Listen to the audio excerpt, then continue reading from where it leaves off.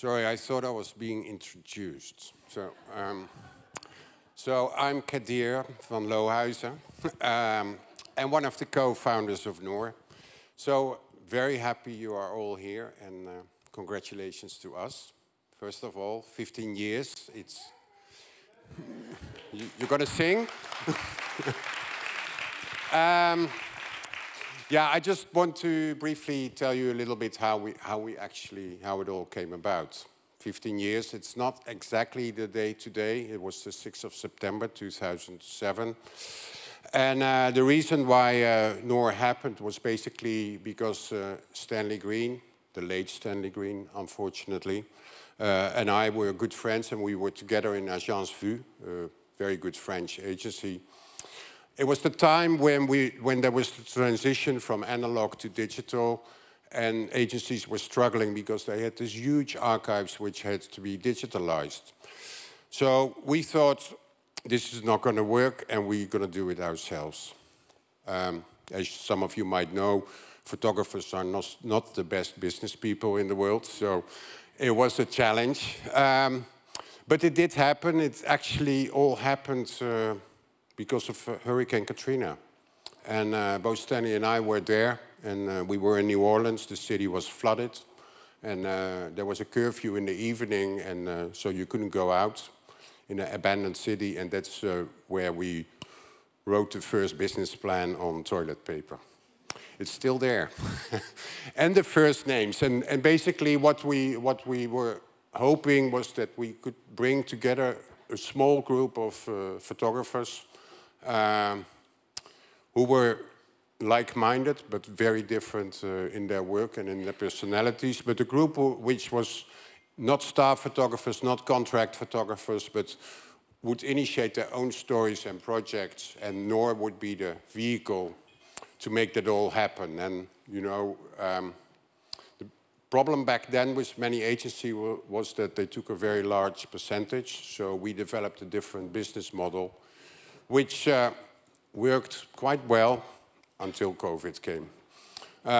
So I'm really, really happy that we are doing this evening, because it looked very bleak during COVID for many of us. And we slowly climbing out of a pretty dark hole for many of us.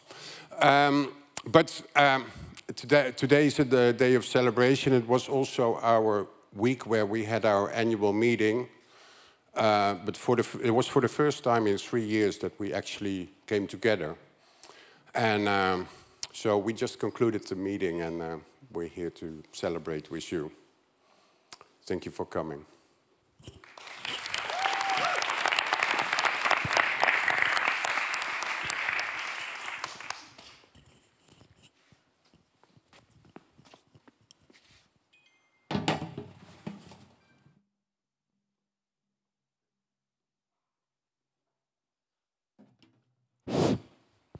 Hi.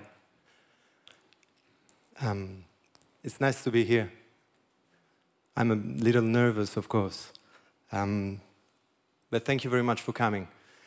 I'm going to have the honor to go through 15 years of work, images selected from tens of thousands made by these photographers that are here tonight, from Noor, from the archive. I am Stefano. I am the creative director of Noor, and I am very, very honored to go through this with you.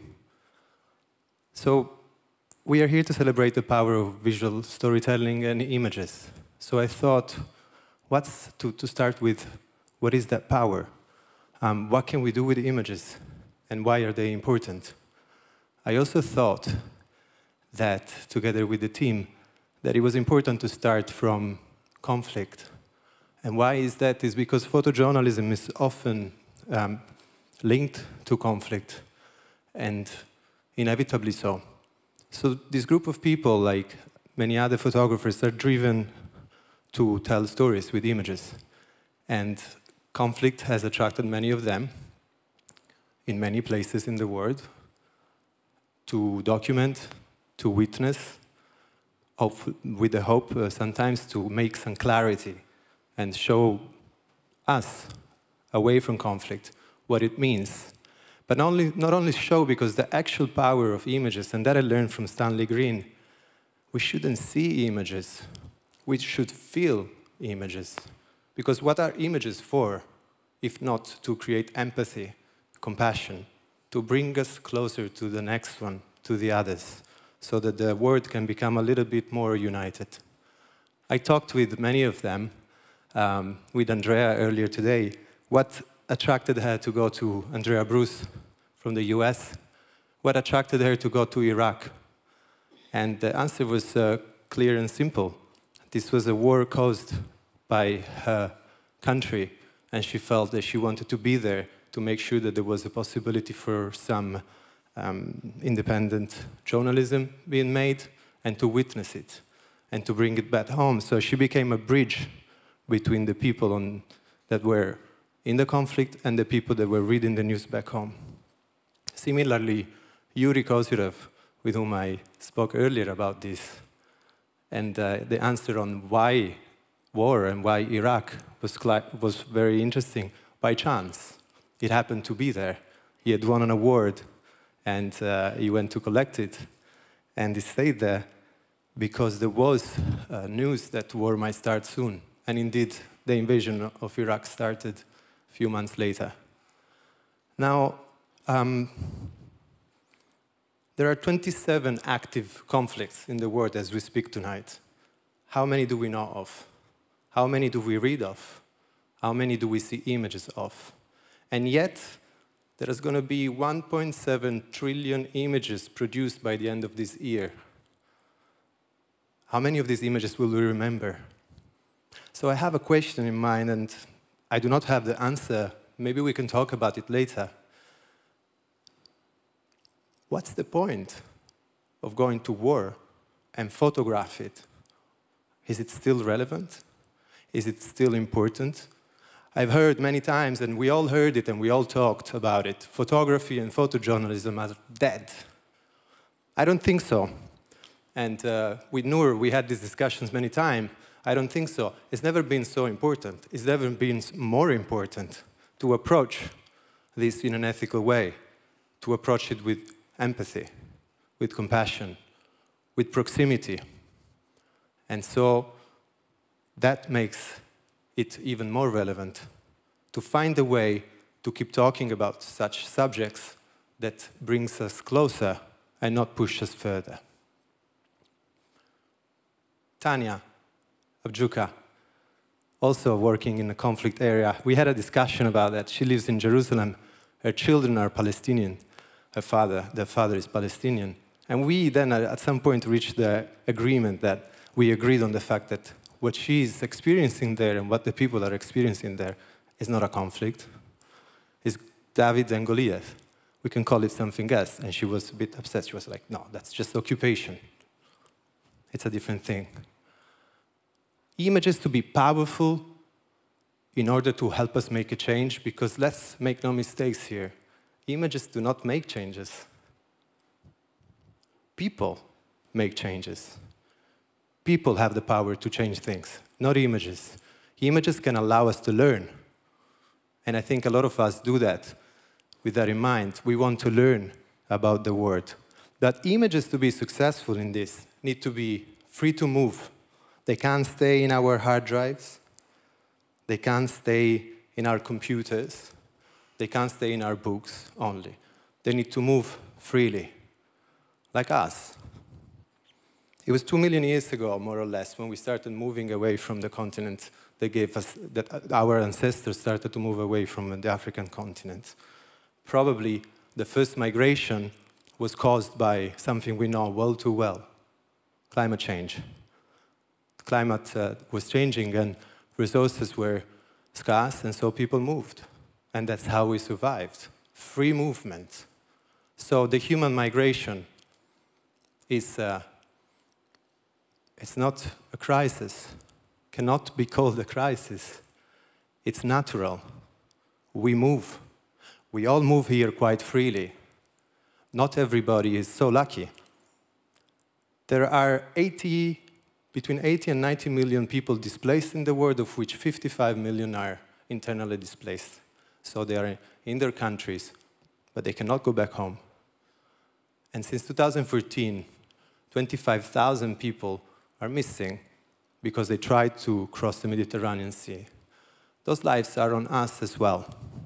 By documenting these stories, and we're just seeing Francesco Zizzola's work in the crossing of the Mediterranean Sea, by documenting this work, these people, because the numbers do not tell us anything, what we need to know is the stories of the people.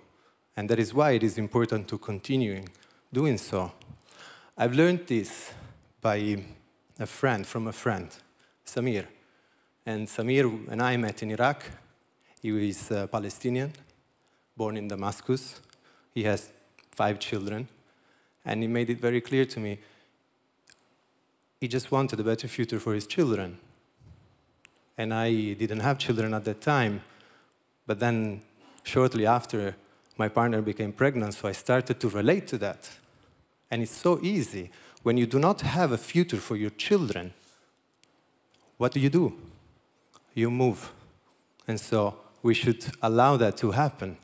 And documentation of these issues, such as Kadir van Lohuizen's work in the Americas and John Lowenstein's, who spent a decade documenting the migration from the south to the north, while Kadir went the whole way from the very south tip of South America to the very northern tip of the North America, allow us to enter in contact with them and see that these are not numbers, these are people. That is the power of visual storytelling. And of course, the biggest of all threats at this point, climate crisis, or as my colleague Samira, who's not here tonight, unfortunately with us, called it the other day, the climate catastrophe. Noor was among the first collectives, if not the first collective, to address directly these issues as a collective, as a group of individuals working on a number of projects around the world. That became a project called Consequences, that was then presented for the first time in 2009 at COP15 in Copenhagen. And it was focusing on the consequences of climate change. Pep Bonet in Poland,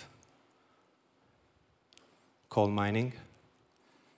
Now from that project, which was exhibited across the world and published in probably hundreds of magazines, we have learned about the consequences, so the problem that we were facing. And second to that came another collective project called Solutions, which looked at, okay, if we stop looking at the problem and we start looking at solution, we might learn more. Since then, individuals of the collective have continued to search for their stories within climate crisis. But also we learned that climate crisis is an overarching issue. Migration is linked to climate crisis. Conflict is directly linked to climate crisis. The movement of people, again, is threatened by the change of environment. And probably no one better than Kadir van Lohuizen knows that, having spent several years documenting sea level rising across the world. Kadir embarks on large projects, cannot ever do a small project, so he's embarked on the Wasteland project, wherein he observed and documented and investigated the management, or the mismanagement, we should call it, of waste across the world in some of the biggest towns.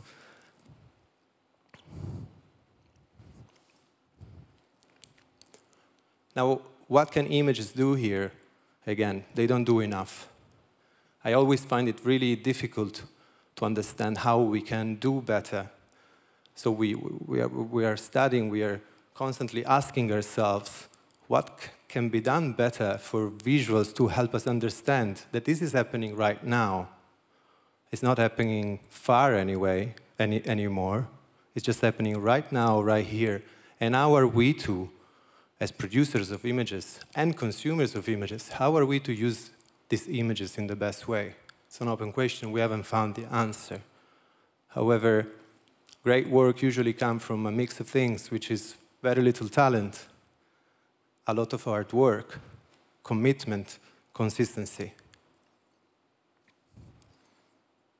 Kadir and Van Lohuizen and Yuri Kozyrov embarked on a project, the Arctic frontier, wherein they circled the polar circle, one going west, one going east, because it's the last frontier of our planet, and the melting of the ice cap is opening trade for root straits, and the exploitation of mineral resources,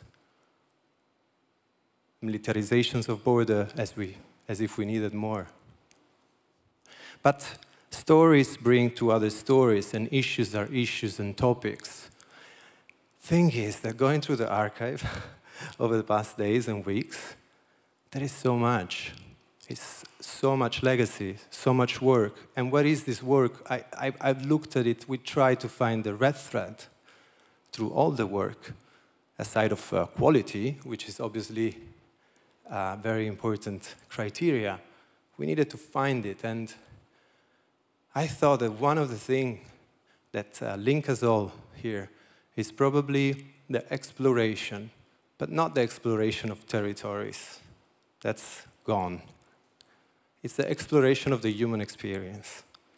Because we see ourselves here. We're not looking at others. If we allow imagination to play a fundamental role in the understanding and assimilation of images, we can relate to the people that we see. And this is what great visuals can do. Allow us to use our imagination, not block it. We will talk about it later in more details. But it is not a secret. And so here we see a blending of stories and topics and places. And what is the picture that we get in the end? It's us. We're looking at us. We're no longer looking at them. We are looking at our brothers and sisters, our mothers and fathers. Some are luckier, some less. But there is a common denominator. We all want similar things. And I think that images can help us do that. But we live at a time where there is a rain of images, incessant, not stopping. Millions, billions. How are we to protect ourselves from that? How are we to decide which image we should select and remember and act upon? It's not an easy task, but we have to do that. And so here is the idea of our work, of the work we do, which is aimed at the observation of the world, to find the essence of the stories, the places, always remembering that in the end, it's about people, and that people can make a change, not images.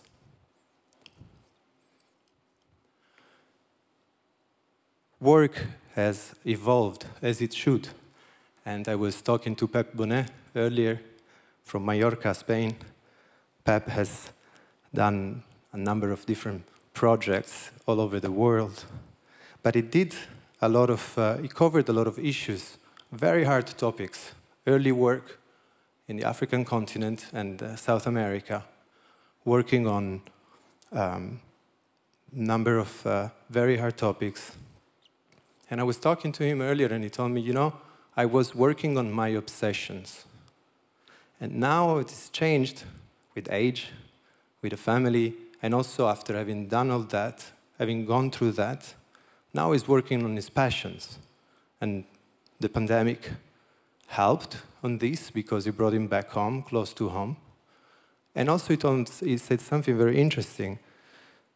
He's for freedom of expression. He's a rocker, he's a metal guy, and he's for freedom of expression. But when can we have true freedom of expression? It's not a war, and that we have learned. It's not a conflict, that we know. It's when there is the possibility for people to be free and to be who they are. And so from that comes new ideas and different projects, which are not more or less important, because let's be honest, life is more than conflict. Life is not only made of issues. And we should see that too. We should see the brighter side whenever we can.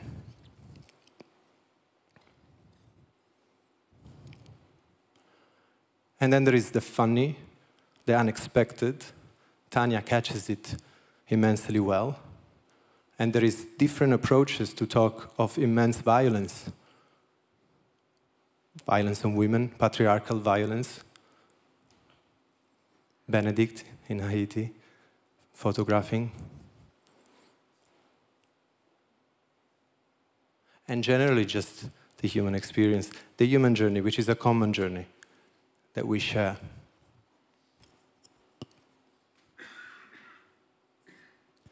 And going through the archive, it's also fascinating to see the stories that are less told and less seen, and bring them together to create this puzzle of life across the world, and show not only the differences, but what brings us closer, what makes us together.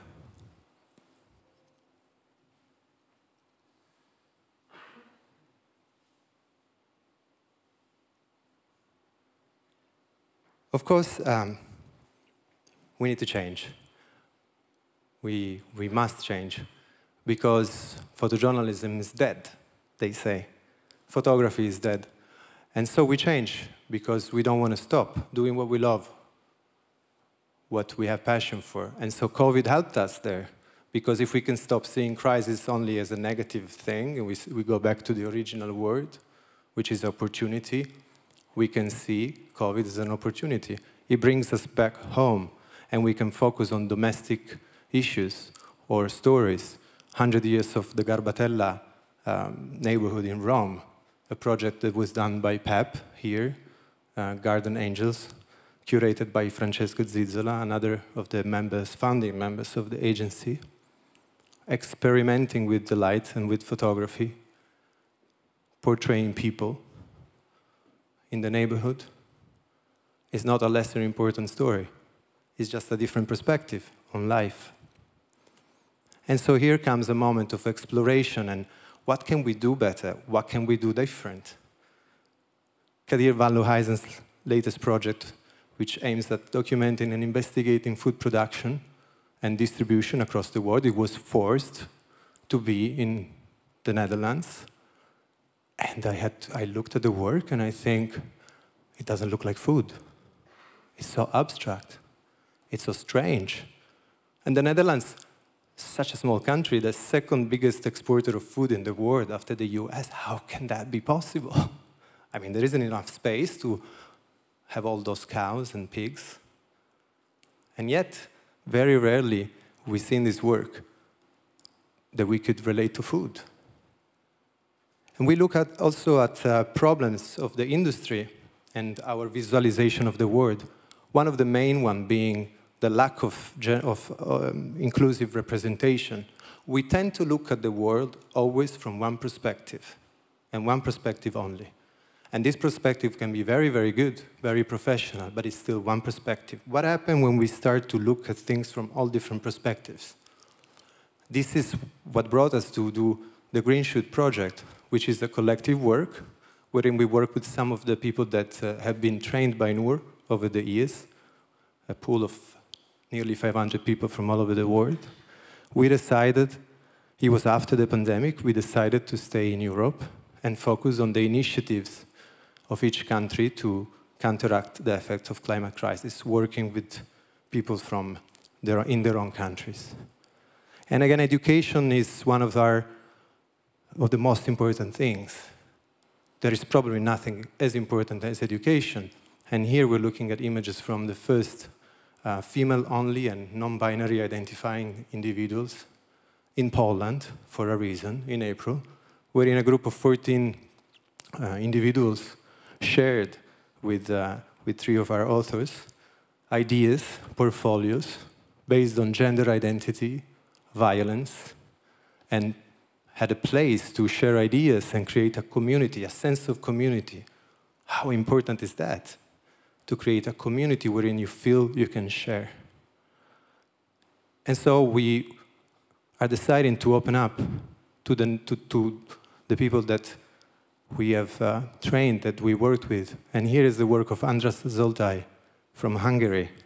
Andras spent a year or so working on the Brahmaputra River in India on the relationship with water, and after a workshop with us in Budapest in April, decided to work at home. Same visuals, and the relationship of his own people with water. Perhaps the level of proximity he could reach here might be much higher.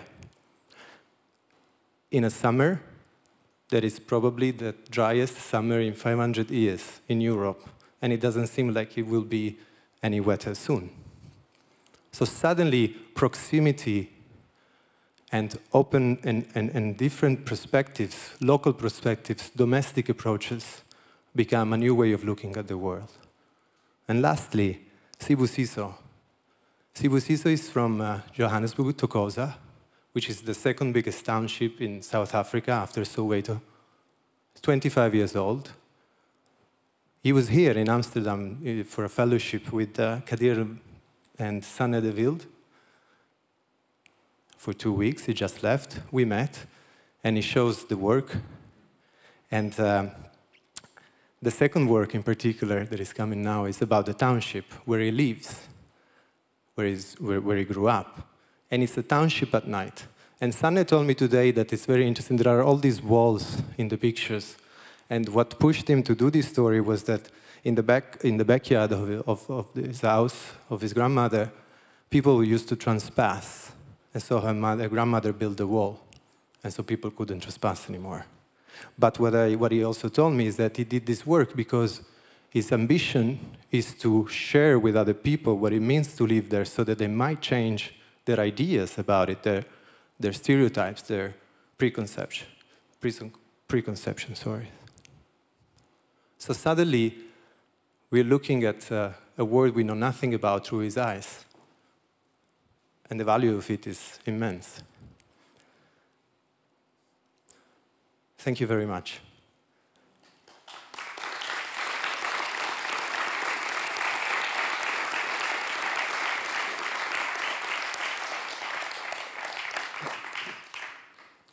Why is the value immense? It's obvious, but I want to reiterate. We can't look at the world from one perspective only.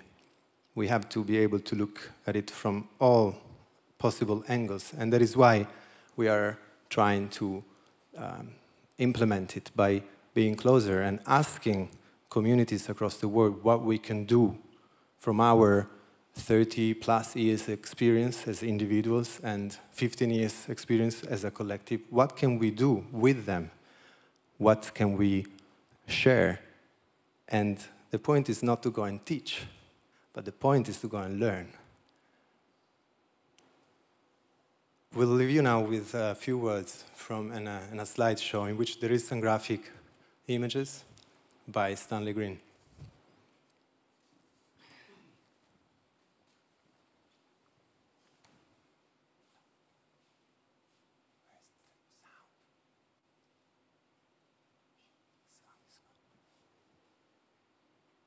Sorry. Photography is not an intention, it's a moment. It's a visual thought.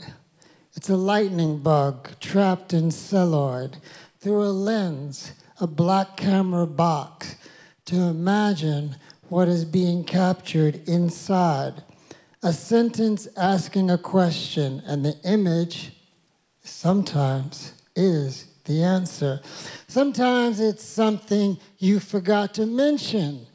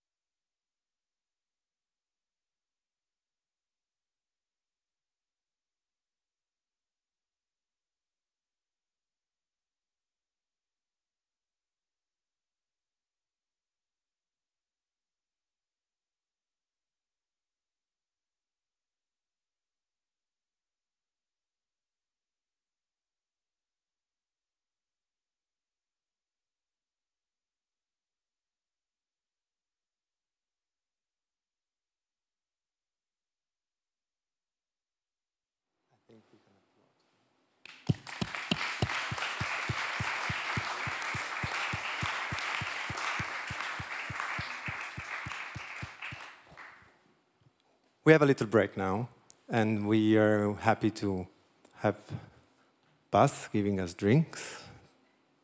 Yes, at the door. And we'll be back in 15 minutes for a discussion with some of the authors on how we envision, how they envision possibilities to move forward with photography, and in their practice, what they're doing in their practice to actually implement it. Thank you very much.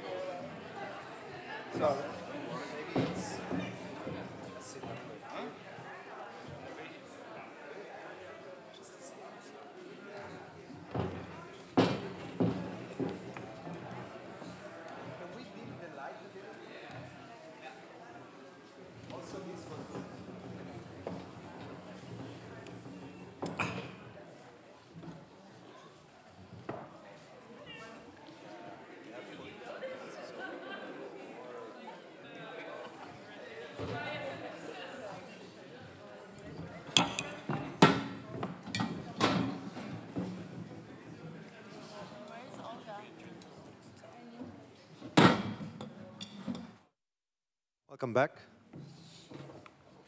Working. Welcome back. We have a bunch of people here, happy people. Benedict Curson to the right, Francesco. Yes, he is always, you never know. Francesco Zizzola, Andrea Bruce, Pep Bonet, Kadir van Lohuizen, Sanne de Wilde. Yes.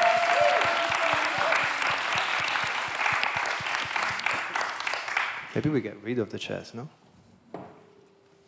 If nobody comes. It's a bit weird. We have always a free chair for Jesus Christ in some places in Italy. You never know. Yes, true. Stanley is with us here. So the purpose of this was to talk about more work, of course, workaholics, but also to start together. This should be a discussion, so if you have questions, critiques, comments, please raise your hands. We're going to address them. No, me neither. Thank you. And what it is about is it's not the future of photography. That would be a bit pretentious. But what are authors doing, implementing, and what ideas can be shared to see how to move forward and how to achieve some of the goals, which is wider representations, different ways of looking, different ways of observing, and what type of stories we're doing and why we're doing them and why they are relevant.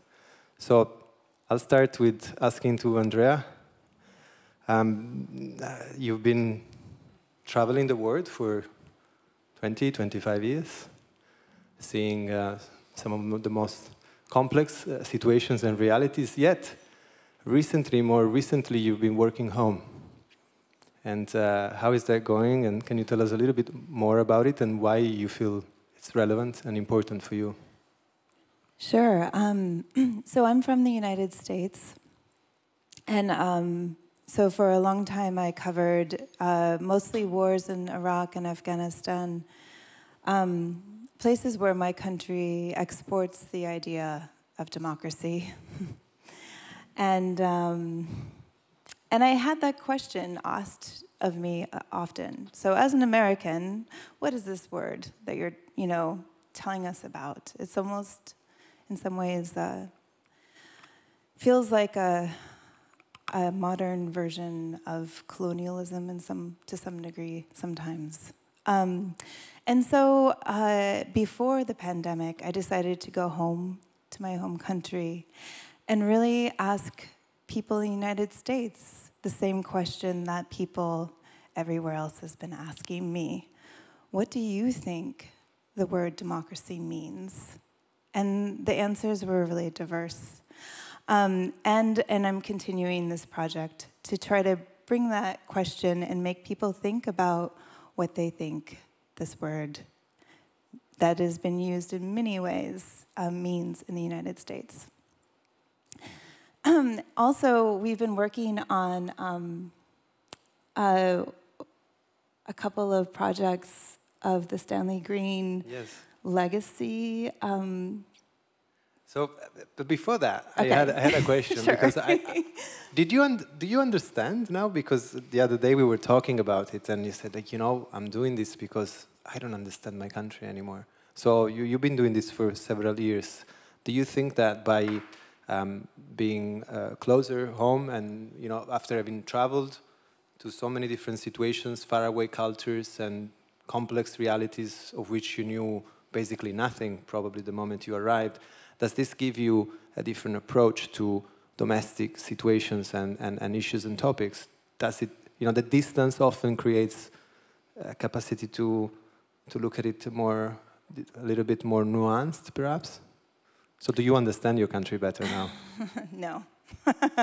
No, I think I do, actually. But my goal is also to have discussions so that people could also see, to think about it and to promote more discussion, so people can think about it on their own. It's a word that's used almost in line with patriotism and freedom and the American flag, and to really make people think on their own.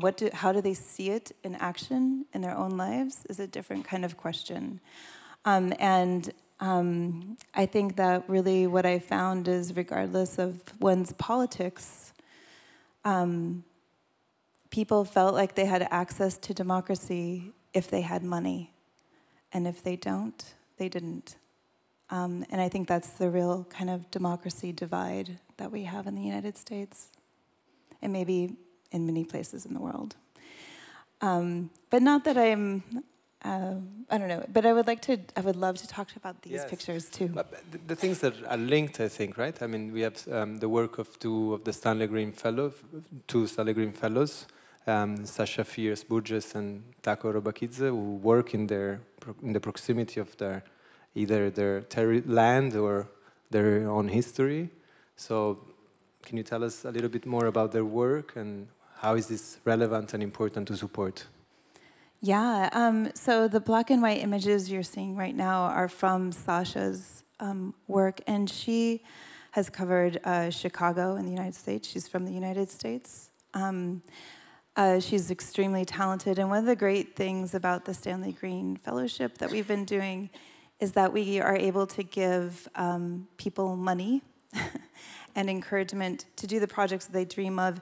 And even though it is it's extremely important for people to cover the stories in their own backyard, in their own homes, the Stanley Green Fellows, Stanley went beyond his home.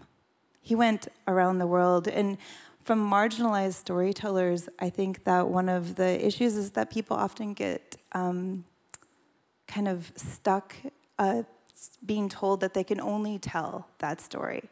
And so Sasha is one of the Stanley Green Fellows that we purposely gave the story so that she can go beyond her home. And she's actually working on this brilliant story following the history of sugarcane and how it relates to the U.S.'s history with slavery. And it's taking her to the Caribbean and to parts of Europe following the slave trade. So it's really important also to have many different viewpoints on topics that take you beyond your home and beyond where people kind of expect you to also tell stories, which is something that Stanley did. The other work that you see now is from Taco. She's Georgian, and she has been working on the issues surrounding the Russian occupation. And so she's also thinking about language and the languages that are disappearing from this occupation, and from kind of a disappearing culture, another form of maybe colonialism.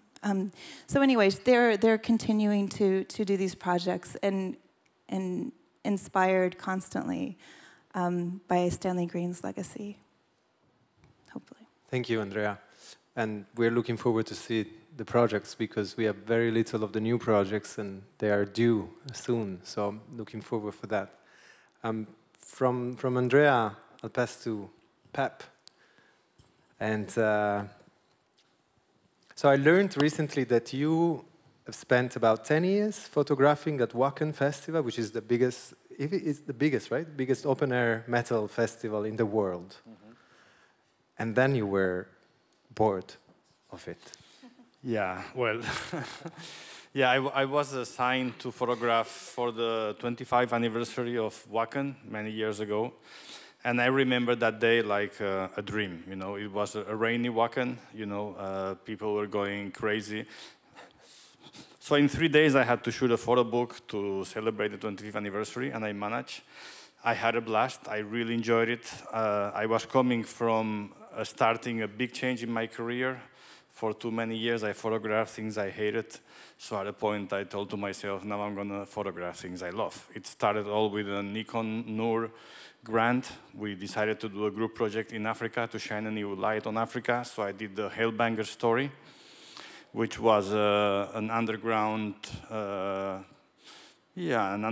scene in Africa growing, but especially in Botswana. And I photographed for 4 years the heavy metal from Botswana, and I also was with Motorhead for 8 years. And Wacken is a continuation of my passion for rock and roll and metal photography. But I remember the first time I went there, I was blown away. I was fascinated. I thought, okay, this festival is so cool. And I photographed it year after year, doing Instagram takeovers, doing all sorts of works. But this year, I already had the idea to do this before. We have a background in education. We have the Nikon Noor Academy. We have been training photographers all around the world. We like sharing our experiences. We like learning. We like to, you know, be involved with the young blood and the future of our profession. So I had this idea at Wacken to bring 3 young guys and 3 young girls, photographers that are non-related at all to photography, not to heavy metal and to rock and roll. And basically, this year, because of COVID, we didn't know about restrictions. We decided to take photographers from Germany. So we took 3 guys and 3 girls. And for the length of Wacken, we worked together. So basically, every morning we would meet and look at the work from the day before, and we would give a little bit of direction on how to go. So the idea was to get someone far away from this reality, and that they could witness with their own eyes what it is to be part of a society like Wacken. You know, it's normally the workshops we give are technical. They have a lot of content, you know, but we never get to shoot with the people. And finally, I had the workshop I had in my head for many years, you know, and it was about several things I could speak. One was photography, the other one was rock and roll and heavy metal, and the other one was Wacken Open Air, who is a festival that I've been documenting for many years. So this is the work of some of the photographers, very young photographers, you know. None of them had ever been near heavy metal people or in festivals. And they did very well. They made me very proud. So, you know, this is some of the work of the participants. Some of them, you know, they had total freedom. Some of them wanted to just portray people with the flash. Some of them wanted to observe. So basically what we did is give them the freedom to document and do whatever they wanted. And every morning we had an inspirational talk. We would look at work, edit that work. And this is actually the work that Wacken Open Air is using in social media, and is going to be used through the whole year. And that's yeah, basically what we did. So you're proud of their work, and you had fun. And what was their feelings about it? Were they intimidated, scared? Yeah, you know, you have to think that people that don't know about these festivals and about these places, they look at people dressed in black, a lot of heavy metal people, so they had a lot of respect. But I told them that they were in a safe ground, in a safe area. In 10 years at Wacken, I've never seen a fight, so it is a safe place. They love photographers, they love to be photographed, they love you to go there with the family. So basically they had a blast, because normally when you go in these festivals, you obviously are limited to be in the festival area if you're lucky to get a photo pass. But with Wacken, we managed them to give them a AAA bracelet. So that meant they could go anywhere, anytime, wherever they wanted. So they could be with the artist in the artist village. They could photograph at night. They could go in the tents. I also put them in one, each of them was able to photograph a rock band too on stage. So this was also something very special for them. And my goal was to bring the music scene into a different level of visuals. Every photographer that is related with music and heavy metal, they all do kind of the same thing. And here, all of a sudden, we had photographers that had never documented, and they came out with very fresh and very alive and very refreshing images. And this is what I wanted. And next year, we will do the same, but we will be looking at photographers from all over the world, and we will also bring a disabled photographer to photograph with us, because Wacken is very well prepared. It's a festival that has very good logistics and access for disabled people.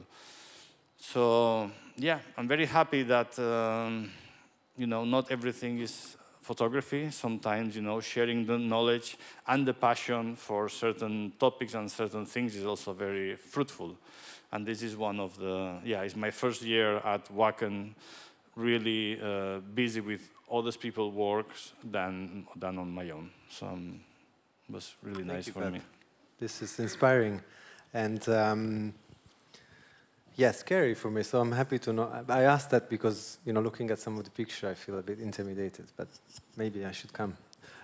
So from education, which it's obviously key, core value for us, we pass to Sanne, and a different approach, let's say. So I have to say personally, like, I look at your work and I see it, the word that comes to mind is exploration of the limits of the medium, and you know, like experimentation as well.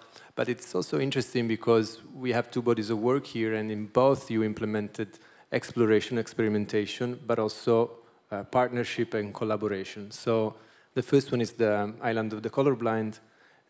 Could you tell us a little bit more about the value of giving agency to subjects, which is not a nice word, to the people that you work with, to help you represent them more carefully, the way that they want? Well, for me, it's still a very big question if it's actually possible to give agency or to represent in any way anyone or any story. But I've always been very inspired by mythology, because I think it's the core of storytelling. It's the way knowledge has been shared throughout history, and that forms a very strong foundation for contemporary storytelling. And in the Island of the Colorblind, I use visual strategies really to kind of empower a metaphor.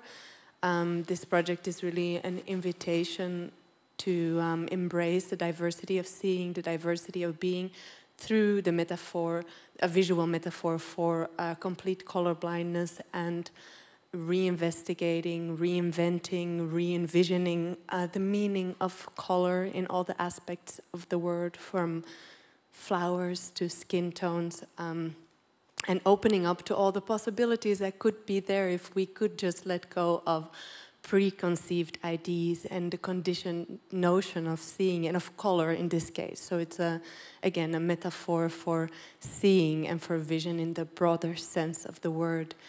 And to somehow get a fraction or an idea of what colorblind vision could look like, I invited people with achromatopsia, which is complete colorblindness, which is what this work is also about, on the Micronesian islands, where there's an extremely high percentage of this very extraordinary kind of colorblindness.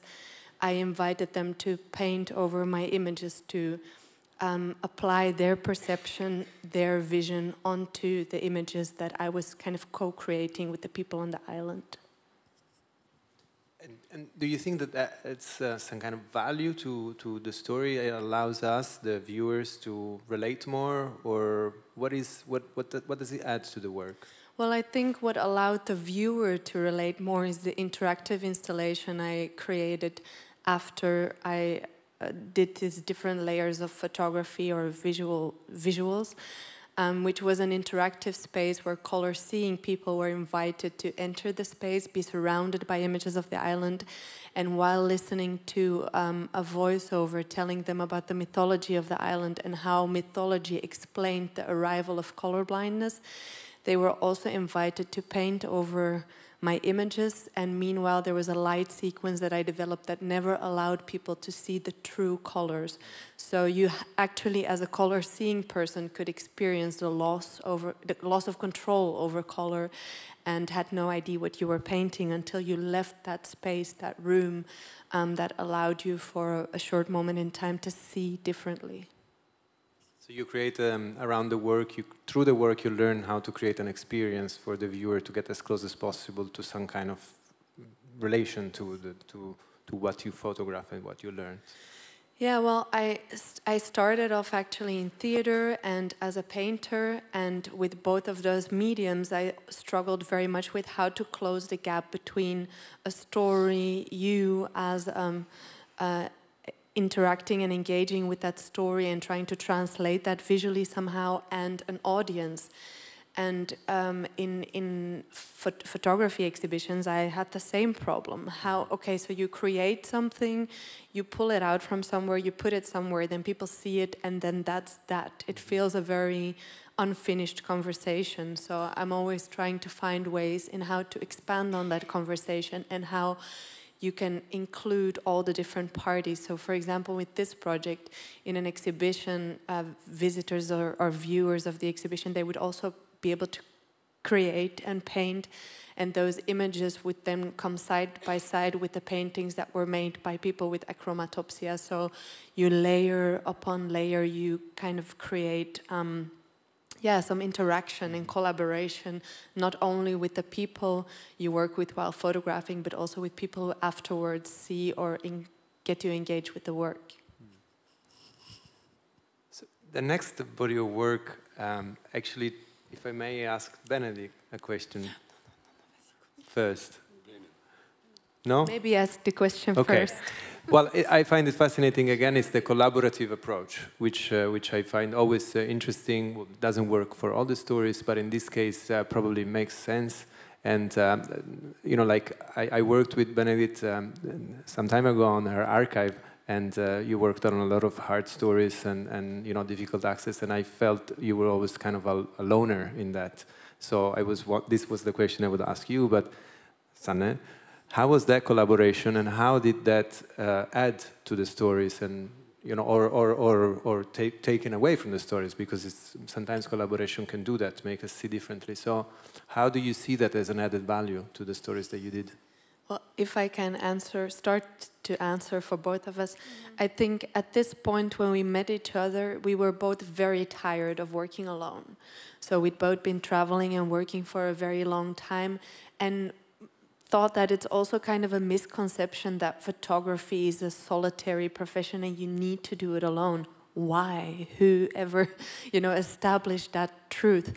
And it was time for us to change that. And it takes a lot of work, because most venues or places, they don't want to pay for 2 people to come. They want to pay for 1 person because you're a photographer.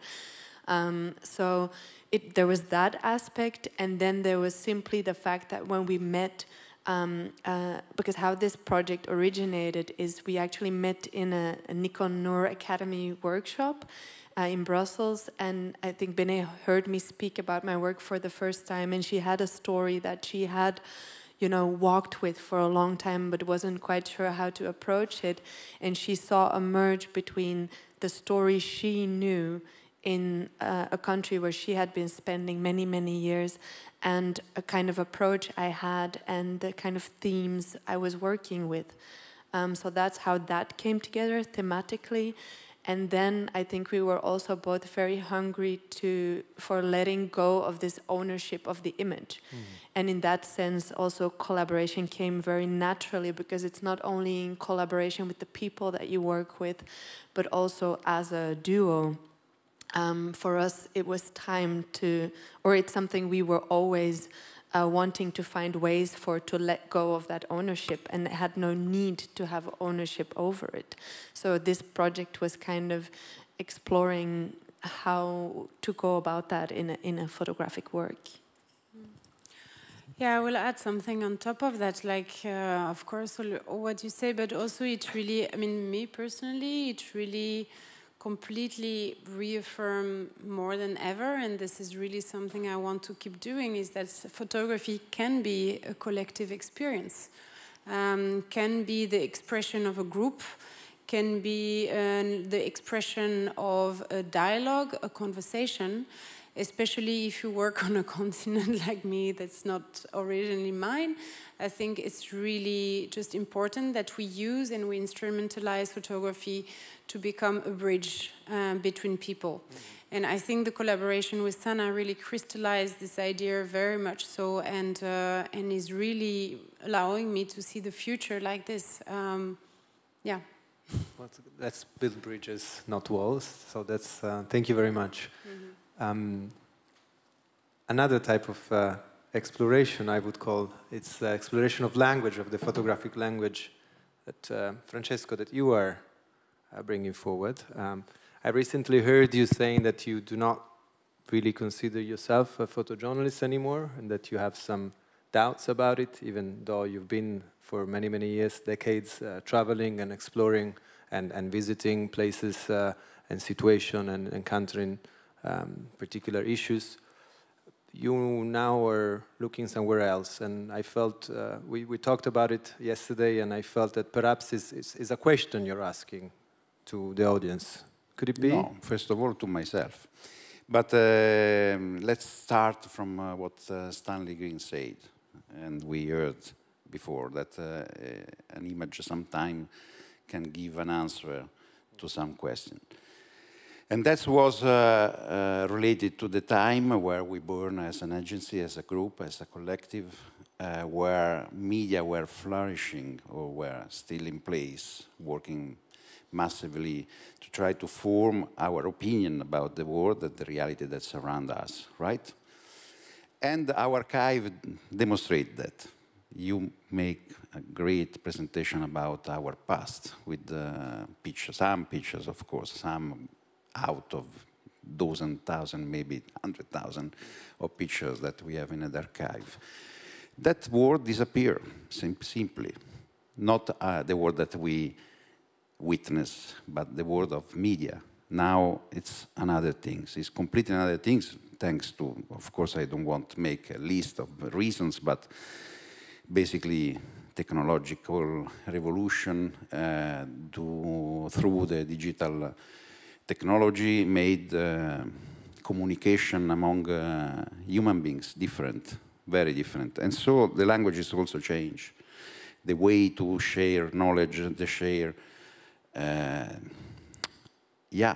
also the necessity to know what happened close to us or far from us changed somehow. So after decades documenting and using photography, documenting realities and using photography to show what happened, I focused myself in another important issue that for me is still important, that is the relation between human beings and nature. And I divided my, let's say, project in the four elements. So, and this one is related to the water. These pictures are related to the water element. And I start to work with images in a different way. Images are related, still related with reality, are images that are pure photography. So reality and light passing through a lens and give an impression to the sensor, to the film. So far from the actual extreme research of photography that's come from artificial intelligence. It's go through the algorithm, and it's completely different way to narrate the reality through images. I still attach to a very old concept of photography that is taking pictures with a lens. But I love the idea to make an effort to try to, through the images, not, again, Stanley Green, not trying to give an answer, but basically create the reason of a question. The question is about the image itself and about what the image shows. So there are two layers of narratives that is in between, embedded in my attempt to make not a story, not a project, but an offer and an effort with photography to try to express the idea of the limits of the human beings in relation with the nature. That's our images, figures, everywhere.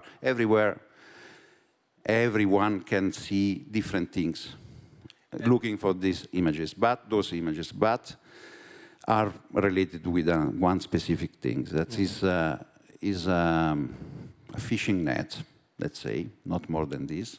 I can explain more, but it's completely unuseful in this stage. And create the images that you are saying, create in everyone this kind of different approach, different meaning. That is strange. I have a long list of impressions that visitors of the exhibition of the because that's the question that I had. So you mentioned the crisis of the media, which we don't touch right now because we don't have time. I mean, we have people here who are going to jump, and we don't want that. But it's true. It's a crisis, and so it's also an opportunity, as I said earlier. So how do you? How can we, we're lucky here, we see this, we don't want to know too much, because the point is that we need to use our imagination and see what we want. But how are we to experience this if we are not here? I mean, how do you release them? Because at some point you lose control, and the media used to be a way for you to do so. That is not for media. But how are we to see these images? Are we to see these images? Are enlarged prints in the world of museum and galleries. And this moment there is a place that ran the exhibition in Rome, and was in Paris, was in Dubai, was in Ferrara, and several places. It's an exclusive place. It's not for all to see. It's a place, and then become a book. And is another way, and who knows? And will become probably an installation, outdoor installation. And so there are several ways that I will use to show this and to create this question. What I'm seeing, what is that? And this is the most important process that I would like to create. Because what I think that the documentary photography give us the opportunity to see a lot of things, different things in this world, and is important, especially for the countries where photography just arrived as a language. So for them, it's really a way, the visual language, to be present, to witness their realities, to share their realities. But for me, that I'm part of the countries that invent photography, and we are basically at the end of the second century of photography. I think that we have the responsibility also to think about the medium and what the medium can do for us as human beings. So creating this question, and then if you want, I can also explain, make the caption, but that is not important. Important is the question, what I'm seeing, what is that? Well, thank you, Francesco, for taking care of our imagination, which too often is numb. Olga, I have a question for you, which wasn't scripted, but since you're on the stage and you were in Poland for the workshop, the Noor Academy for female and non-binary identifying individuals, I'm curious on the stories that were produced. Did you see something really different in terms of the perspective it was coming from? Was it very personal work? How would you describe? Was it different from being in another workshop? I think I'll actually start with the concept first, because by having this first workshop for female and non-binary individuals, we ended up in a very safe space where maybe for the first time in the industry, we found ourselves completely free of the male ego, which sometimes comes in the room very strong. And I'm saying this, but I'm like really lucky to have been accompanied by amazing men in profession, and I haven't luckily experienced that myself, but it's often very much the case. And these women, every day, women and non-binary individuals, they really felt that we can share. But then, if we come back to the stories, I think the way why I also did photography in tough spaces, not necessarily bang, but you can call this wall photography. And I think this week next to Pep is slowly transforming me. I'm looking to explore what I will find about myself. But I think I also wanted to do this hardcore stuff because it was designed like not for women. You know, you were coming into the space and people say, another young woman. So it was like also the way of challenging men in some way. And there we found ourselves in a completely different environment. But that said, the stories are completely diverse. Some stories were completely hardcore in terms of access, in terms of subjects they were covering. We had a participant who went really far from her home country, Romania, but she explored the LGBT community in Southeast Asia, but where it's actually illegal to be the way you are, being part of the LGBT community. But she did an incredible research, and she found out that actually in their mythology, answering to Sanne and Bene, in their mythology, having a fluid gender was completely normal. Or we had a participant who explored the Germans, but who are third-generation migrants, and their challenges as being German, but at the same time being Muslim, and often asked, like, but where are you come from? But she's not a third-generation migrant, she's German, let's say, and she built this incredible trust with this community, and it's also the way of building bridges. But I think we should also be like really, because I've been asked before when I started photography, but like, why don't you do stories on women? And like when we did collaborative project Grozny 9 Cities with my colleagues, we were 3 girls, but we were 3 girls by chance. And actually in this kind of paradigm, I did not take care of women's stories at all. I didn't want to. So I think it's the same thing that now in this emerging LGBTQ identity, why should we like put people in the box as well, like to cover stories of LGBT community? I think everybody should really be able to explore your passion or your obsession, coming back to what Pep said. So incredible stories we had, really. Break boxes. The stories that Olga told us about, they're on the Noor Images website, and all the photographers from the participants from the academy are there, so if you're interested, I invite you to go and check them there. That's it.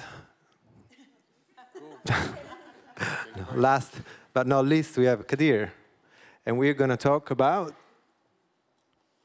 the Visualizing Climate Crisis workshop.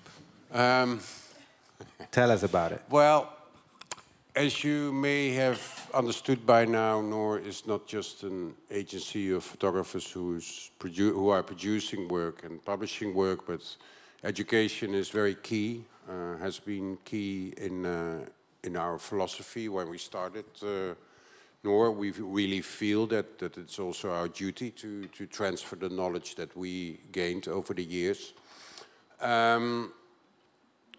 but it also made us think, because, you know, Nikon has been a great supporter, because that's why we can do these Nikon Noor masterclasses, and they are often in regions where visual storytellers have less access to the knowledge, to the international market, etc.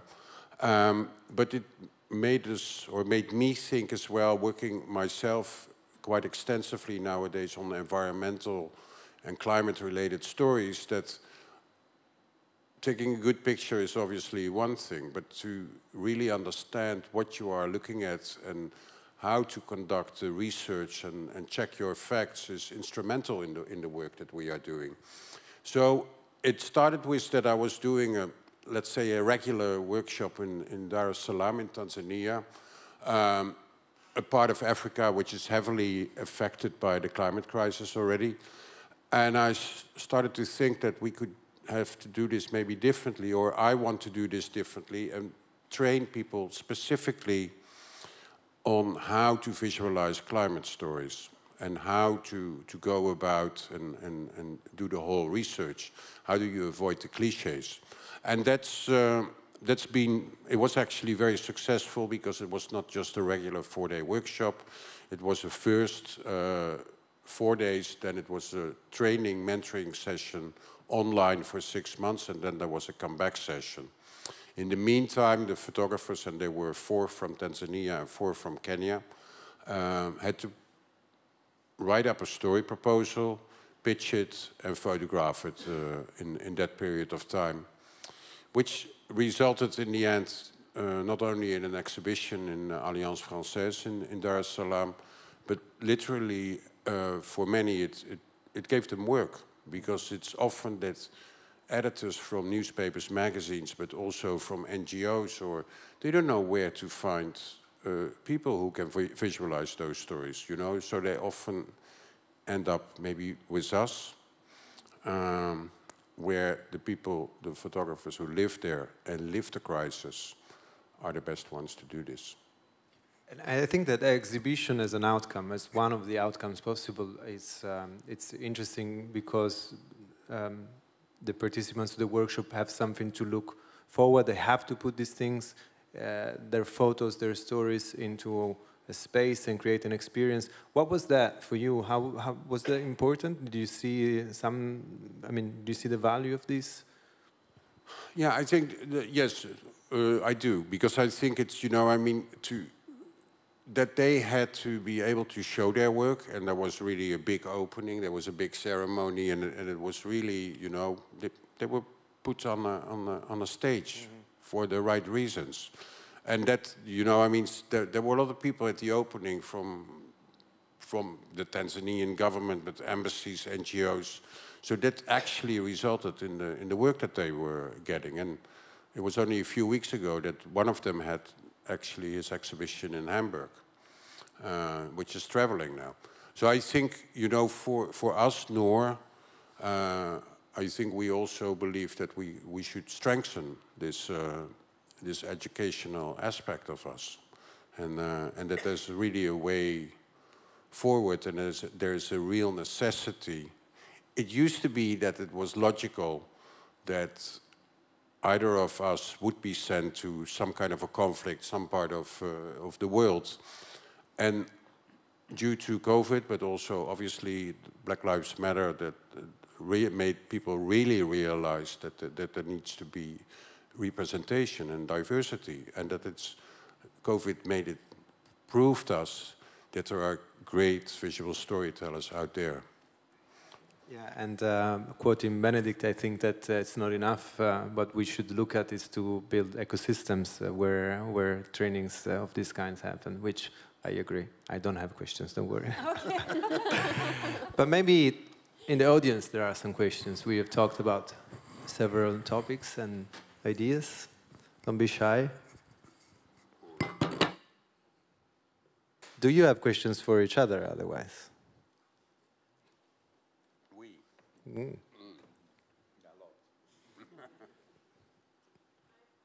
Yes?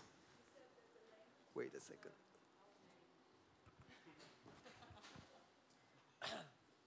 You said that the language was lost because of the Russian occupation.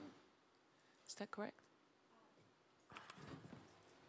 I haven't seen her final story. She's working on it now, but it's more about Georgia, where she's from, and the language that is lost from the influence is beyond.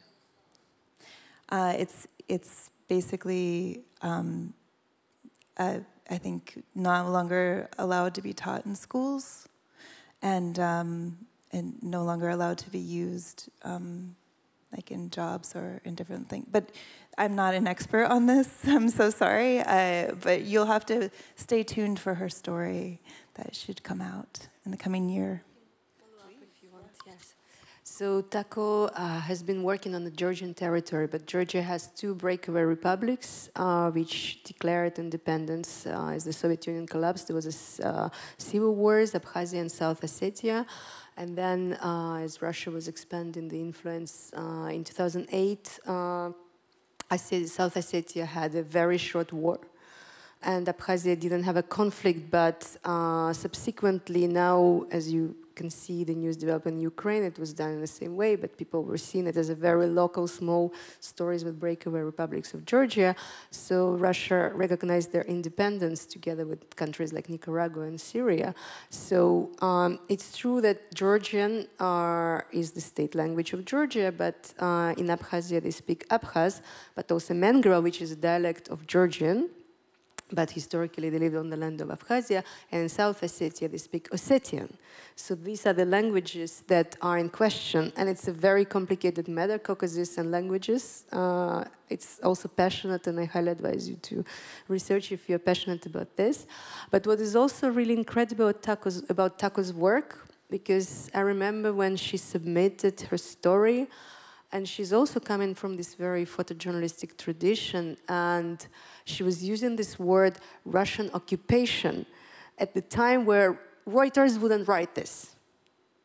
And she, as an author, was really challenging the language. So it's not answering the question you originally asked, but for me, actually, this is also about this.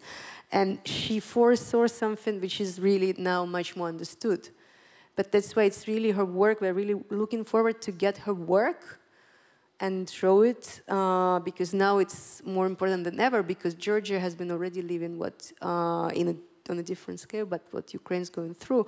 And the sad part, I happen to work in Abkhazia, is also the years of closed borders and frozen conflict really created this hostile mentality where people don't want to cross that border and they don't want to communicate anymore. So it's also this asking like this question, how resilience and conflict resolution can come, and can it be there?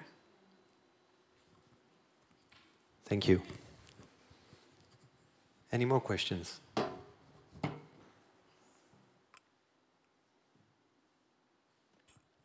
Well, first of all, I would like to really congratulate you guys for being together for 15 years. You know, some marriages don't last, but your marriage did.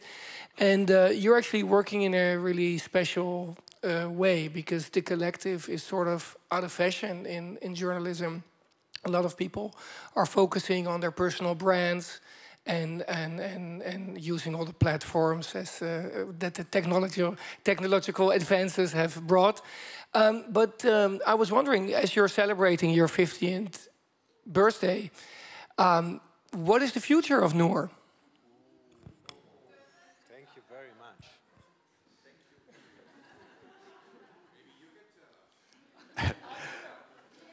You want me to answer? I'm joking.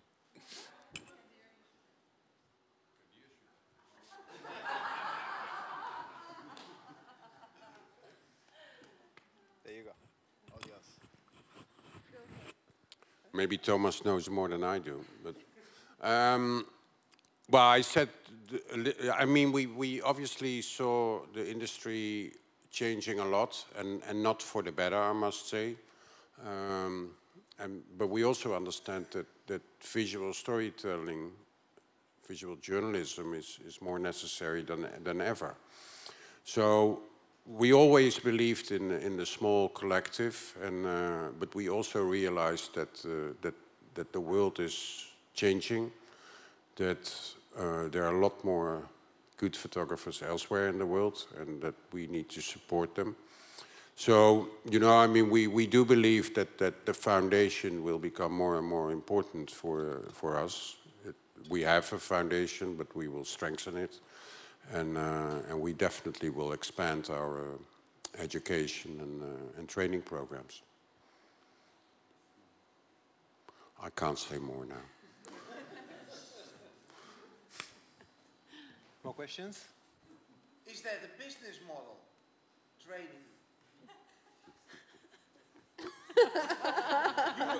You started this evening with complaining that you came from hard times. And when you... What? No, well, he's quite loud. You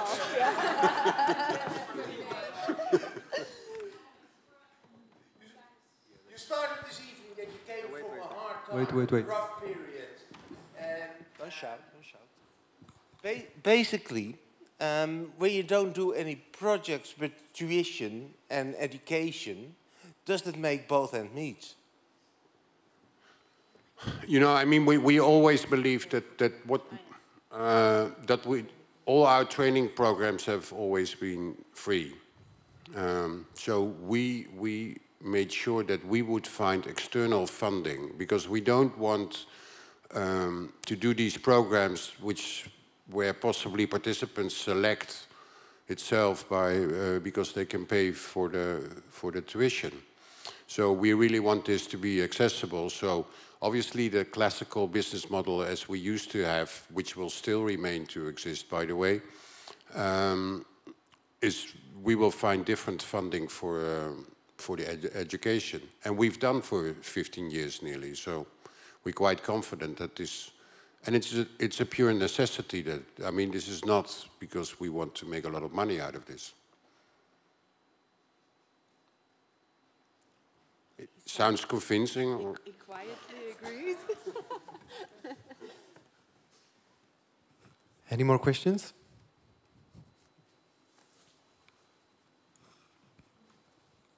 I have a question just out of curiosity, because I'm a huge fan, as you all know by now.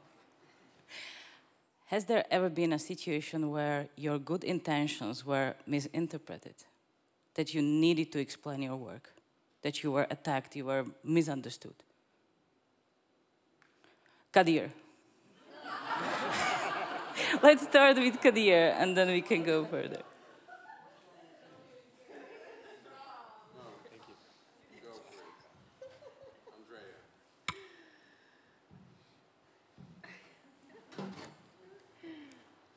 Well, I mean, yes. I mean, I think probably every photographer has had that experience, and the best of intentions don't always work out, right? I mean, I think have failed, you know, to do what we intend to do at times, and we constantly question ourselves so that doesn't happen. As much as we can stop it. I mean, photography, I was just talking to someone, is so powerful. The power of representing, you know, a life other than your own. That's a huge responsibility. And I don't know if everyone really is aware of how heavy that can be. But I think we try. But there are definitely situations when you go to a country or you go into your neighbor, you know, your own neighborhood, and I think as we work, we all try to explain what we're doing and what our intentions are, and almost in a collaborative way, tell stories, so that doesn't happen. May I add something that is related with the fact that I spent decades for crises and wars, and the business plan was selling the images, the right to use the images to the medias. And well, after decades, if I have to see back, I think that a lot of the images that were used beyond my control, of course, and they were used to enforce an idea that was not belong me of the world. So I felt, and I still feeling somehow, be used. I had a situation recently, let's say, or big problem, and I think it's important to actually explain things like this publicly. I recently did a book on Russian people who converted to Islam, and little did I know that at some point it will become a blueprint, because Russia persecuted converts to Islam as people who leave the religion, the orthodoxy of their ancestors, and convert to something really dangerous. Let's face it, Islamophobia is wide everywhere, but in an oppressive regime it's even worse. So Russia is my home country where I don't live anymore, but my father is also Ukrainian. So it's really complicated at this point, and the book was coming out really in the beginning of the war, and I almost wanted to stop it, and I thought it was really important. But it was really finished, let's say, in a very stressful situation. And for me, it was really important to show how these people are looked before they converted to Islam. And obviously, I wasn't there at this point to photograph them, so I used their archives. And I worked on this project for 7 years, and we really became friends. So it wasn't really a matter of releases, because they were reading texts, and they were seeing the images I was taking. And when they shared the archive, for me it was absolutely clear that what they share is to be put in the book. And then the book came out.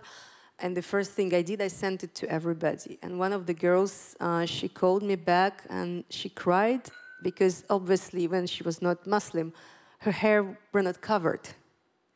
So she was really worried how the community would see this. And for me, that was really something that I needed to correct. So I was like, okay, we'll stop it, and we can. She's also doing animation, so I even offered her that she can create headscarves, and we'll make stickers, and we put it there. And while it's not there, we'll stop the book. There is no problem. She came back to me later, and she said that actually she thinks she should also embrace the fact of who she was, and I really appreciate it. Through this story, actually, she showed me more support than the publisher, who for obvious reasons was very, very worried. But I've never got more support from the person I photographed and who shared the archive than I had in this very problematic situation. But I think it really helped me grow up as an author, and I really feel stories like this need to be shared more. Thank you. Thank you. I think we have time for one last question before calling it a night. No? All right. Or a critique or a comment. Hi. Just wanted to ask, do you guys comprise the whole of the agency, or are there more? Thank you.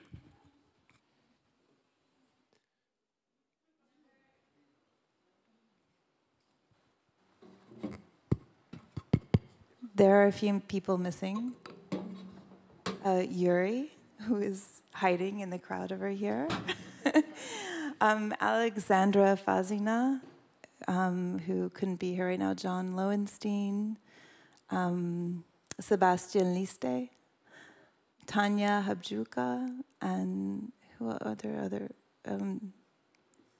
That's it? Oh, and of course, Stanley. But he is here. Thank you all very much for being patient and having us here. It was an honor.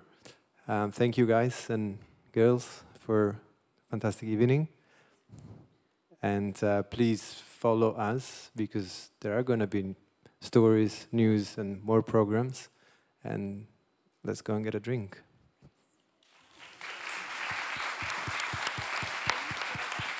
Happy birthday.